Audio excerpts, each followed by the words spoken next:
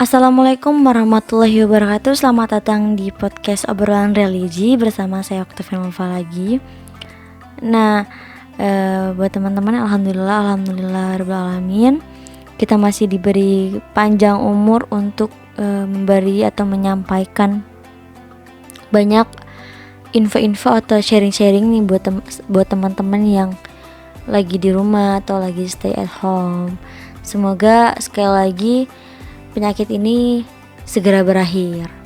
Nah, di sini kan Noka sendiri, tapi nggak apa-apa karena baik lagi kita kan ini di podcast obrolan religi ini bakal kasih tips-tips nih buat ke kalian yang bakal bermanfaat untuk kalian gitu di rumah, selama kalian di rumah. Karena di rumah itu kan kita biasanya kan kita banyak aktivitas di luar ya teman-teman, tapi karena harus stay at home, mau nggak mau apa nih yang harus kita lakukan di rumah gitu. Dan pasti kita banyak mencari tahu atau mengulik-ngulik tentang apapun itu, tapi di sini aku bakal kasih ke kalian tuh tips-tips bagaimana cara meningkatkan kesabaran dalam Islam. Karena kenapa kesabaran? Kesabaran kan bermanfaat banget buat kita ya, apalagi buat teman-teman yang banyak diuji di pandemi ini. Contoh kecil ya, untuk ibu-ibu nih, untuk para ibu-ibu yang lagi diuji banget kesabarannya karena harus mengajarkan anak daring, pembelajaran daring, itu sangat menguji kesabaran kita banget. Nah, di sini aku mau kasih tips gimana sih cara meningkatkan kesabaran dalam Islam tuh kayak gimana. Nah, sabar merupakan sifat manusiawi ya, yang menunjukkan seberapa kuat seseorang gitu. Dalam menghadapi cobaan itu, kita emang cobaan kesulitan atau cobaan yang berat itu kita banyak-banyak harus bersabar, dan sabar juga merupakan ujian dari Allah Subhanahu wa taala kepada hambanya gitu. Tujuan dari ujian tersebut tidak lain tuh sebagai untuk menjadikan hamba-hambanya menjadi lebih baik lagi. Karena dalam ujian-ujian tersebut ternyata ada hikmah yang harus kita ambil, teman-teman. Jadi mencapai tujuan hidup menurut Islam dan memperkuat keimanannya akan banyak orang yang tidak sabar ketika diuji Allah Subhanahu wa taala. Pada akhirnya mereka merasa stres dan putus asa. Nah, di situ kita bisa melakukan rasa kesabaran itu. Tapi ya itu, balik lagi, banyak gangguan-gangguan atau setan-setan yang menggoda kita untuk lebih emosional atau lebih putus asa. Gimana cara menyikapinya? Yaitu dengan cara bersabar. Dan yang pertama itu ada niatkan segala sesuatunya karena Allah. Nah, ini sangat bagus banget sih kalau menurut aku. Salah satu cara meningkatkan kesabaran adalah dengan meluruskan niat. Dari Umar R.A. bahwa Rasulullah SAW bersabda, amal itu tergantung niatnya, dan seseorang hanya menghadapi sesuatu yang sesuai niatnya. Barang siapa yang hijrahnya kepada Allah dan Rasulnya, maka hijrahnya kepada Allah dan Rasulnya. Dan barang siapa yang hijrahnya karena dunia atau karena wanita yang hendak dinikahinya, maka hijrahnya itu sesuai dengan yang dia inginkan. Segala sesuatu hendaknya diniatkan karena Allah Subhanahu wa taala. Sesungguhnya sesuatu yang diniatkan karena Allah akan mendapatkan ridho dari Allah. Dan keridhaan dari Allah akan menimbulkan kesabaran. Jadi ketika kita berniat untuk Allah Subhanahu wa taala, maka Allah akan kasih kesabaran yang kuat untuk kita. Jadi Jadi kita nggak lagi putus asa, nggak lagi emosional, tapi kesabaran itu ada karena kita niat karena Allah Subhanahu Wa Taala. Nah yang kedua itu puasa sunnah. Buat teman-teman nih sering banget puasa sunnah, karena puasa sunnah itu akan banyak banget bikin kita tuh lebih legowo lagi, bahasa Jawanya, sabar lagi gitu. Esensi dalam berpuasa ini adalah menahan emosi dan syahwat. Berpuasa juga dapat disamakan dengan berlatih untuk memerangi hawa nafsu tersebut. Dengan begitu, memperbanyak puasa sunnah dapat meningkatkan kesabaran. Jadi puasa ini salah satu adalah cara bagaimana kita untuk meningkatkan kesabaran kita. Karena emang sangat ampuh, kalau menurut aku sangat ampuh banget untuk menahan kesabaran kita. Bagaimana sih untuk meningkatkan kesabaran kita? Bagaimana sih kita lebih tidak terburu-buru atau banyak tenangnya lah gitu.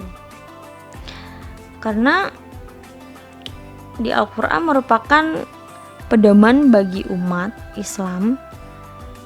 Di dalamnya itu banyak terkandung pelajaran-pelajaran hidup yang berharga yang akan menuntun kita kepada kebaikan sebagaimana fungsi Al-Quran dalam kehidupan sehari-hari. Dengan membaca Al-Quran dan mengamalkan dapat membuat hidup kita menjadi lebih lebih tenang atau lebih sabar lagi. Nah,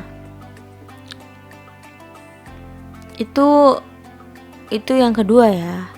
Nah, yang ketiga itu ya itu ada hubungannya dengan yang kedua, yaitu membaca Al-Quran.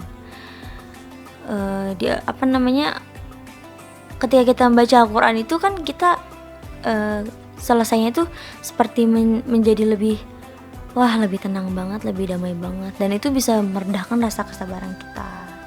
Nah yang keempat itu ada berzikir. Amalan berzikir yang dapat kita lakukan saat sangatlah banyak, seperti amalan zikir pembuka rezeki, zikir sebelum tidur menurut Islam. Selain bentuk-bentuk zikir sederhana yang dapat kita lakukan, berzikir juga dapat membuat kita tenang dan kesabaran akan meningkat. Itu teman-teman. Nah yang kelima itu ada berlatih untuk bersabar. Nah jadi ternyata ketika kita ingin meningkatkan kesabaran itu ada latihan-latihannya teman-teman. Jadi melatih kesabaran secara terus-menerus akan dapat meningkatkan kesabaran kita yang lebih maksimal banget gitu. Lebih dari itu gitu pokoknya. Ya walaupun banyak godaan-godaan atau banyak bisikan-bisikan setan yang membuat kita untuk lebih ayo jangan sabar gitu. Tapi ya di situ ketika kita berlatih terus, berlatih secara terus menerus gitu, insya Allah akan terbiasa gitu. Nah yang keenam ini adalah berpikir positif. Karena berpikir positif ini adalah salah satu bentuk bagaimana kita harus menjadi orang yang lebih sabar. Pikiran yang positif akan sangat berpengaruh terhadap perilaku kehidupan. Jadi kesuksesan, keberhasilan, ketenangan hati, dan kesabaran juga didapat dari pikiran yang positif. Pikiran yang positif juga akan selalu menimbulkan sikap optimis. Wah bener banget, karena sikap optimis itu juga kan timbul dari rasa kesabaran. Ketika kita optimis, kita bisa, kita sabar, kita mau, pasti bisa itu. Nah yang ketujuh itu lebih mengatur emosi. Nah seperti yang tadi saya bahas, sikap ketidaksabaran muncul karena emosi yang tidak baik seperti marah, kesal, dan putus asa. Apabila kita dapat mengontrol emosi kita dengan baik, maka kesabaran pun akan tetap terjaga. Cara mengendalikan emosi menurut Islam sangat tepat untuk menjadi solusi dalam cara meningkatkan kesabaran.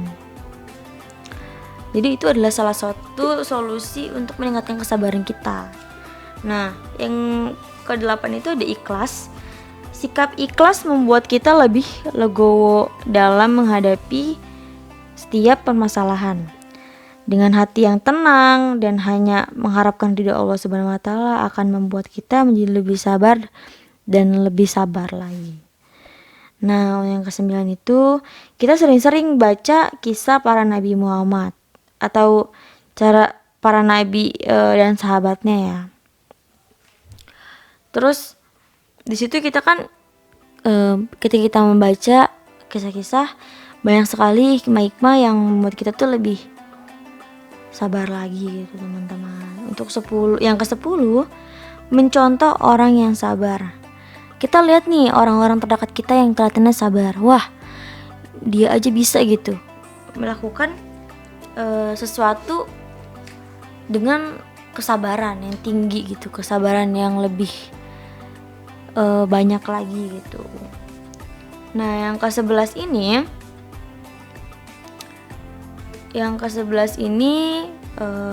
lebih sering melihat ke bawah. Kan kadang kita setiap manusia itu nggak ada habisnya ya untuk melihat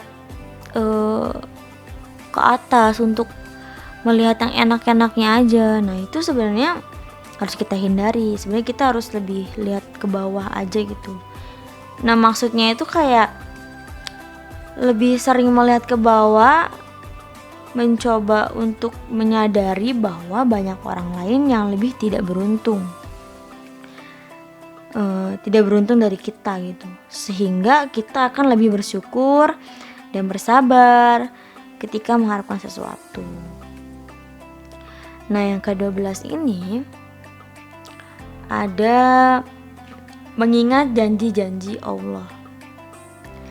Begitu banyak ganjaran bagi orang-orang yang sabar yang telah dijanjikan kepada Allah, yaitu orang yang sabar akan dijanjikan surga. Terus yang kedua itu orang yang sabar akan diberikan pahala yang tanpa batas. Amin ya rabbal alamin. Orang yang sabar akan diberikan rahmat dan petunjuk. Amin. Dan orang yang sabar akan dicintai Allah. Orang yang sabar akan mendapatkan pertolongan. Dan itu masih banyak lagi ya teman-teman. Jadi wah, nikmat kesabaran itu sangat luar biasa. Lalu yang ke-13 itu adalah fokus pada tujuan. Fokus terhadap tujuan akhir juga merupakan termasuk gitu ya salah satu cara meningkatkan kesabaran. Memfokuskan diri pada tujuan. Orang yang fokus terhadap tujuan akan terus berusaha mendapat tujuannya karena mereka fokus gitu, sehingga rasa putus asa dan yang lain-lainnya itu lebih jatuh ke rasa sabar kita gitu. Untuk yang ke-14, nah di nomor 14 ini adalah berteman dengan orang soleh. Semoga aja kita selalu dalam lingkungan yang wah luar biasa, soleh gitu ya, soleh-soleha atau baik lah istilahnya. Lingkungan sangat berpengaruh nih buat teman-teman, untuk kita sendiri gitu ya, untuk melatih kesabaran kita tuh sangat berpengaruh karena perilaku dan sifat seseorang, berbagai karakteristik itu biasanya terbentuk dari diri kita gitu. Adapun salah satu sifat atau karakter dari orang soleh adalah penyabar. Dengan bergaul dengan teman yang orang soleh, dapat membuat kita tuh menjadi lebih tertular kesabarannya gitu teman-teman. Jadi kalau kita berada di kumpulan yang insya Allah soleh gitu, insya Allah kita akan menjadi lebih bersabar gitu. Nah yang terakhir ini ada berdoa. Terakhir ini akan berdoa nih. Jadi ketika kita berdoa meminta kepada Allah untuk selalu meningkatkan kesabaran segala usaha yang akan kita lakukan, insya Allah dengan kesabaran kita akan lebih banyak dimudahkan oleh Allah gitu, dengan kita berdoa, dengan kita sabar gitu. Nah, semoga dengan cara-cara di atas dapat meningkatkan, bukan cara-cara di atas ya, kayak semoga apa yang saya berikan ini, apa yang aku berikan ini menjadi bermanfaat untuk kalian, untuk lebih sabar lagi, untuk lebih kuat lagi gitu ya teman-teman. Di sini aku sangat apresiasi banget buat teman-teman yang sangat-sangat mengutamakan kesabaran dalam melakukan sesuatu, karena kita udah tahu lah sabar itu adalah sebagian dari iman kita juga, dan kita tuh harusnya ada di lingkungan yang soleh karena kita bisa tertular gitu kesabarannya. Semoga aja info ini sangat bermanfaat untuk kalian. Terima kasih sudah mendengarkan podcast obrolan religi bersama Oktavianova. Terima kasih dan maaf bila ada salah-salah kata. Wassalamualaikum warahmatullahi wabarakatuh.